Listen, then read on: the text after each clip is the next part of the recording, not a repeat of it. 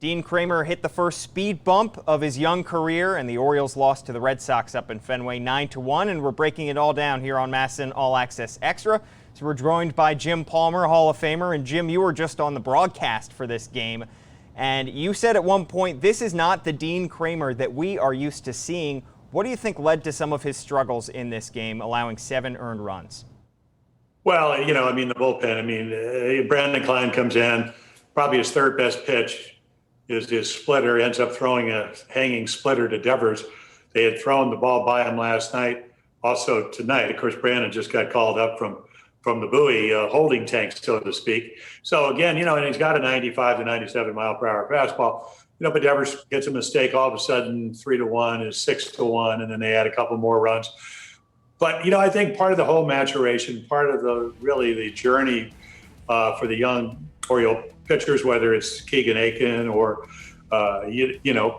people that we've seen come up from the minor leagues, whether it's Dean Kremer, is you got to go to Yankee Stadium, you got to go to Fenway. Now, it's not a typical night at Yankee Stadium a couple of weekends ago because they didn't have 47,000 people booing you and telling you're not going to get out of the first when you're warming up. But Fenway, they're a little more sedate.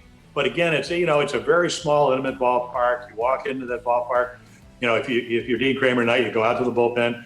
When you're walking out, what do you look? You look to your left and you see a 37-foot wall that looks like it's going to be brushing the back of your uniform for the entire night.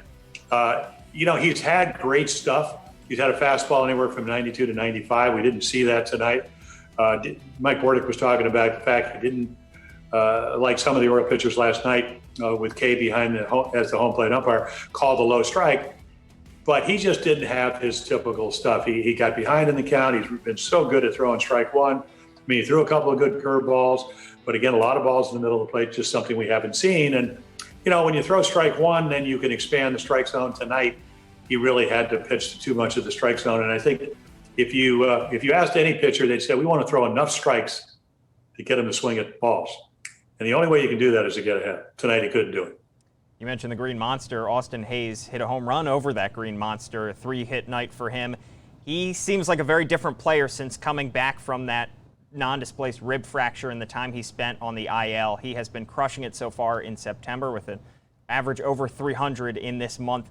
Have you seen a different Austin Hayes since he has returned from the injured list? Well, we've seen a more successful one. I think right before he got hit in the ribs and had the displaced fracture, they had moved him down the lineup. If you're a young hitter and you're hitting number one, what does that mean? Well, do I have to work the count? One of the great Red Sox over the last really 15 years, hurt his knee, was Dustin Pedroia.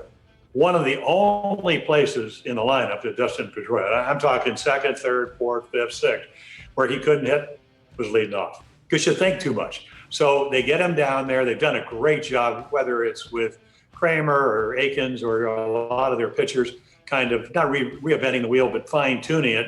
They did it with Mullins. They did it with DJ Stewart, who came back and hit, 6 home runs in 9 games. So I think what he did, it looks like his hands are a little bit different. So you come back, and it's kind of like you get to start all over again. And for a young player, sometimes that's all you need. Now, we know also he's a very good outfielder. Because Mullins is playing so well in center field, playing right field in Fenway, which is the hardest field to play there. At Camden Yards, he's playing left field. So now I think all of a sudden you're looking at a guy, and tonight he had, single up the middle, single to right, the home run, using the whole field. You're looking at a fixture probably for 2021 in the Oriole outfield. Yeah, and that confidence appears to be back with Austin Hayes as he has enjoyed success in this month of September. But you talked about on the broadcast, Jim, about the Orioles' offensive struggles that they have undergone over the past couple weeks. We know that they are missing some bodies. Jose Iglesias not in the lineup again tonight. Anthony Santander, of course, has missed a ton of action with that oblique strain. But is there any other reason that you can attribute to the Orioles' offensive struggles as of the moment? Well, Trey Mancini, last year their MVP, the great news is that he, finished his last chemo. So we certainly wish him well. He had 33 home runs and 91 RBIs. But when you take your best hitters out of the lineup, it means that you can pitch around people. And, Brandon Hyde's talked about it. Don Long, the hitting instructor, would talk about it. Hey, guys want to do well. They're going to expand the strike zone. And as I said before, when you start swinging at balls, that's usually what they throw you. So again, it's very difficult for a lot of young hitters to concise the strike zone. Something I think when they're hitting well, and they have on occasion had those big, but they played now 14 games, and in 9 of those, 1 runner or less. They got shut out, I think by Cole up in New York in that doubleheader.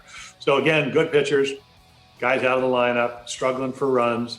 Your pitching staff, it's better than it was last year, but the last couple of games, I mean, it's really not a fair contest in some degree when you're only going to put 1 on the board. So, again, that may change. They got 1 more in Fenway, even it up 5-5 for the 10 games they play the Red Sox. And then they go up to Buffalo, where I think hitters like to hit.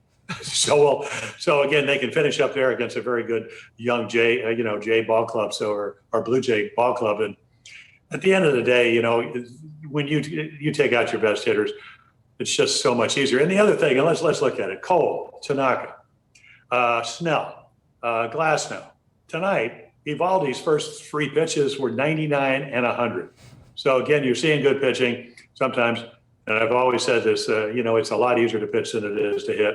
And good pitching stops good hitting. And that's what's happened to the Orioles. And they've got 4 games left in this 2020 season to try to turn it around offensively.